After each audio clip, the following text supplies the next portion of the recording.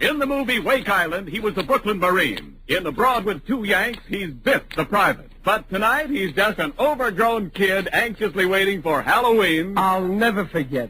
When I was just a boy, every Halloween my father used to stick me in the front window. We were too poor to buy a pumpkin. The American Meat Institute presents William Bendix in The Life of Riley.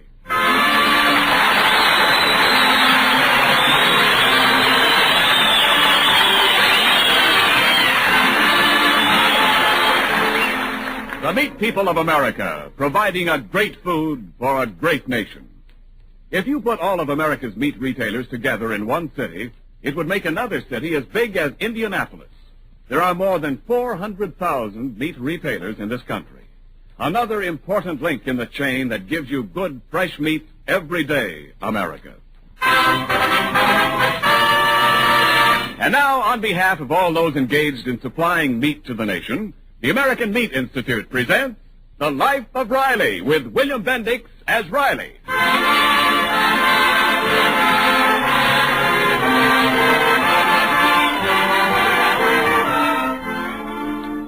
By day, Riley is engaged in the serious business of war production as a riveter in a California aircraft plant.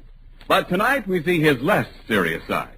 It's 2 nights before Halloween, and Riley is full of the spirit of the thing. It's quite dark out, and Riley's son, Junior, is just returning from a meeting of the Young Wildcats, his club, in a very thoughtful mood. Is that you, Pop? Yeah, Junior? What are you doing hiding on the back porch? Listen, peek in the kitchen window and see what your mother's doing. She's washing the supper dishes. Say, Pop, what are you doing with that false face on? You're Mickey Mouse, huh? No, I'm not Mickey Mouse. I'm the Rat Man of Blood Bucket Castle.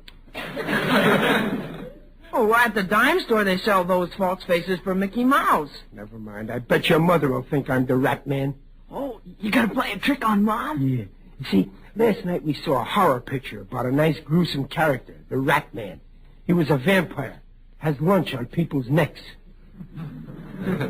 Oh, he ain't a rat. He's a bat. Oh, well, he's very depressing. Anyway, afterwards, your mom was so scared something would pop out of a doorway at her, she walked all the way home in the middle of the street. Mom said you made her walk out there. No, I just invited her out in the street because it ain't polite to leave a lady walking on the sidewalk all alone. You watch now when I scratch at the door, she opens it up and sees me in this thing. Okay, Pop, go ahead. Okay, all I hope is she don't faint. Watch now. Pop, What? bats don't growl, they squeak. Oh, yeah, that's right. Who's there? We got her guessing.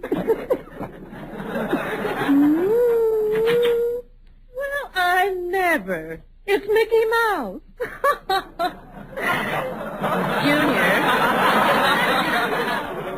Junior, go get your father some cheese.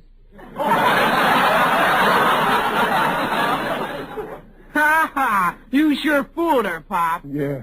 Well, they don't make these masks as good as they used to.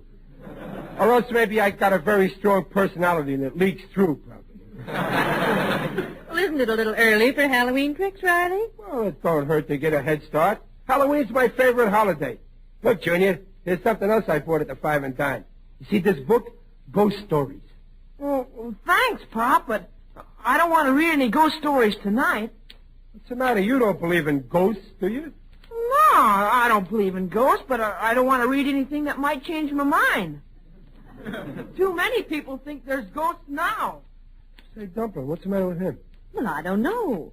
Ever since he came home from school today, he's been asking me if I believe in haunted houses. What a question. With the housing shortage, as sure as it is, who's going to leave a house empty for spooks? Well, there's one empty house up on Chestnut Hill, Riley. You know, the old Sherwin place. Some people say that's haunted. Yeah? Mrs. Cornwell claims she saw a pale, white face at the window, too. Yeah? Mm-hmm. Oh, but Mrs. Cornwell's a great one for ghosts. She's always holding seances and things like that. Yeah, that Cornwell kid's in Junior's club, too. I bet he's got our boy believing in ghosts. Well, I'm going to have a head-to-head talk with Junior.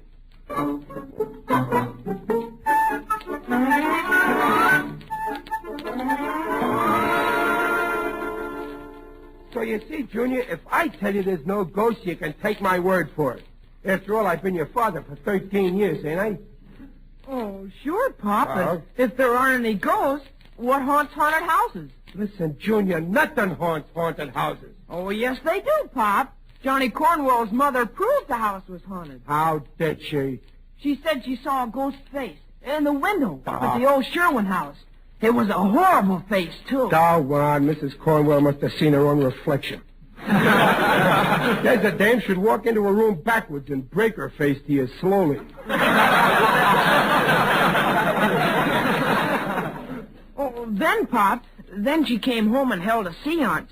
She asked if what she saw was the ghost of Alice Sherwin, and she got 3 raps on the table. Well, that means yes in ghost language. Fine language. All they can do is knock. They ought to be newspaper columnists. You better not make fun of ghosts, Pop. Look, Junior, would you sooner believe a ghost than your old man? No, Pop. Oh? But if the ghost said it was a ghost, it ought to know. Okay, I can see you're a septic. Now, we'll have a seance right here to prove what Mrs. Cornwell saw wasn't that Sherwin girl's ghost. Come on, put your hands up on this table. Right? Gosh, Papa, are you going to ask a ghost to rap? I'll show you. I'll put my hands on there, too, see? Okay, now I'll ask something. Are there any ghosts? See? No answer. No ghosts. Nah, Pop. You have to ask for raps. 2 means no. 3 raps means yes. Oh, well, okay. 2 raps for no, 3 for yes. Now, I'll ask him again. Did Mrs. Cornwell see a ghost up at Sherwin's old haunted house? Gosh, Pop, it said no. See, that proves it. Mrs. Cornwell's a phony.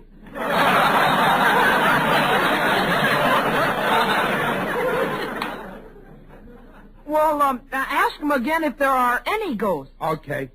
Are there any ghosts? Rap 2 for no.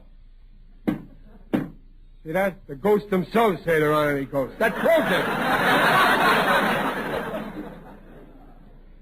Wait a minute, Pop. Now, how could a ghost rap 2 for no if there aren't any ghosts? well, that's very simple.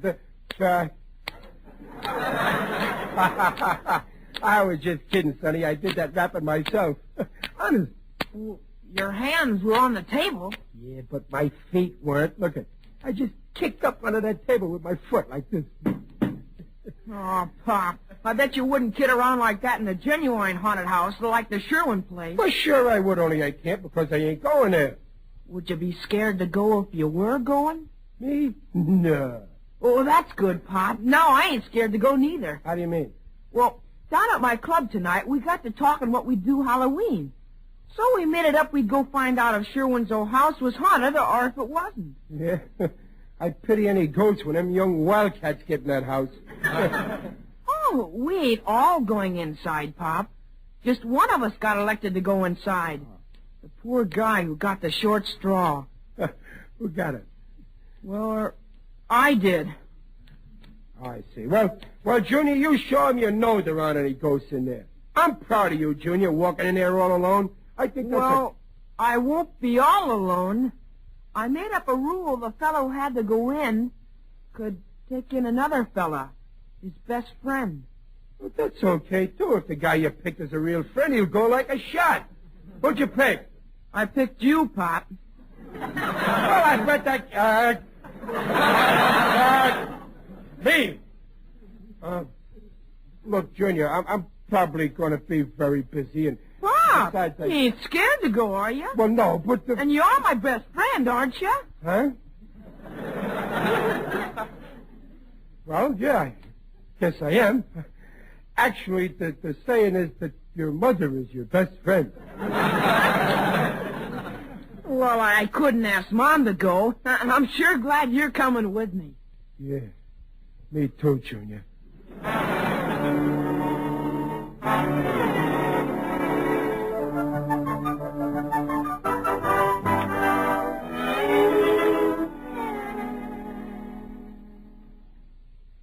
Chapter 13. As Lord Twitcher stood there in the dark hall of the great lonely house, he could feel something evil in the very air. A cold wind brushed his cheek, and an icy hand seemed to touch his spine. Suddenly, he saw the thing, and then he heard a sound, a low, wailing sound.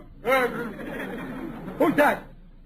It's only me, dear. Did I startle you? No. No, I was just reading this book here. Oh, the ghost stories you bought Junior, huh? Yeah. Such nonsense.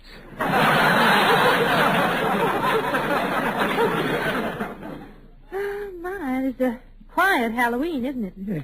Wonder what all those boys in Junior's club are doing tonight. I know what they're doing. They're all sitting over across from our house right now on the fence, like a row of buzzards, waiting for us to come out. Oh, are they going to the house with you? Now they're going as far as the gate of the place to make sure we go in. But you're not nervous about going, are you, dear? You don't believe in ghosts? Well, no. You don't believe in them either, do you, Peg? No. But there is something queer about that house. Huh? I wonder what did become of that poor Alice Sherwin. Well, if nobody knows, I don't want to find out. What did they say happened to her? Oh, awfully sad story. She was a bride, you know, beautiful girl. Well, they were on their honeymoon in Manila. He was a captain in the Navy. She and her husband were going to come home and live in that old house. Then, well, he was lost in an air raid. Some say they were both killed together. Others say that she followed him because she didn't want to live without him. Well, anyhow, the house stands there empty, waiting for the bride and bridegroom that never came to live in it. People ought to leave the place alone. And I'm one of the people. Well, after you go there tonight, maybe people will stop talking and gossiping about the house, because you'll prove there's nothing there. Yeah, maybe. And what was all that talk about seeing lights and faces around the place? Oh, just talk, I suppose. Yeah. But they do say that they saw a woman's figure at the window in the attic. Pop! No. Junior, what's the idea of sneaking in like that? It's time to go, Pop. Huh? Oh. Well, yeah. Well, okay, Junior. Goodbye, Stumplin'. Goodbye, boys. Sure dark out, isn't it, Pop? Yeah. Pop, that Sherwin house we're going to, it can't be really haunted, can it? No. But it's funny that people have seen a ghost in there. Yeah, well, look, Junior, when we get in that house, you do just like I do. You won't see no ghosts. Oh. What are you going to do, Pop? I'm going to keep my eyes shut.